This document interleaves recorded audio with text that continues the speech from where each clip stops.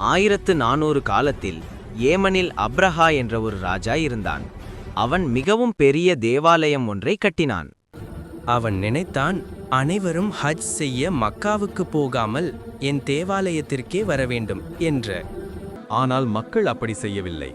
அவர்கள் இன்னும் மக்காவிலுள்ள காபாவுக்கே வந்தார்கள். இதனால் அப்ரஹாம் மிகவும் கோபமடைந்தான். அவன் சொன்னான், அந்த காபாவை நான் அழித்து விடுவேன். அவன் ஒரு பெரிய படையை, அதில் யானைகள் உட்பட பல வீரர்களை அனுப்பினான். அந்த யானைகளில் மிகப்பெரியது மஹமூது எனப்பட்டது. அவர்கள் மக்காமை நோக்கி வந்தார்கள். அனைவரும் பயந்தனர். ஆனால் அப்துல் முத்தலிப் கூறினார், இந்த வீடு அல்லாஹ்வுக்கு சொந்தமானது. அதை அல்லாஹ் தானே காப்பாற்றுவான். அப்படியே நடந்தது. அப்ரஹாவின் படை காபாவை நோக்கி செல்லும்போது யானைகள் நகர மறுத்தன. அவை காபா நோக்கி ஒரு அடியும் வைக்கவில்லை. அப்போது அல்லாஹ் வானத்திலிருந்து பறவைகள் கூட்டத்தை அபாபில் அனுப்பினான்.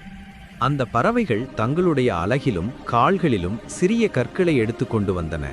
அந்த கற்கள் அப்ரஹாவின் படையில் விழ அவர்கள் எல்லாம் அழிந்தனர். இவ்வாறு அல்லாஹ் தனது வீட்டான காபாவை காப்பாற்றினான். இதிலிருந்து நாம் கற்றுக்கொள்ள வேண்டியது: 1. அல்லாஹ் தன்னுடைய வீட்டையும் தன் மக்களையும் எப்போதும் காப்பாற்றுவான். 2. பெருமை, ஆணவம், அகங்காரம் ஆகியவை ஒருவரையும் உயர்வுக்கு கொண்டு செல்லாது. 3. சிறிய பறவைகளையும் அல்லாஹ் பெரிய காரியங்களுக்கு பயன்படுத்த முடியும்.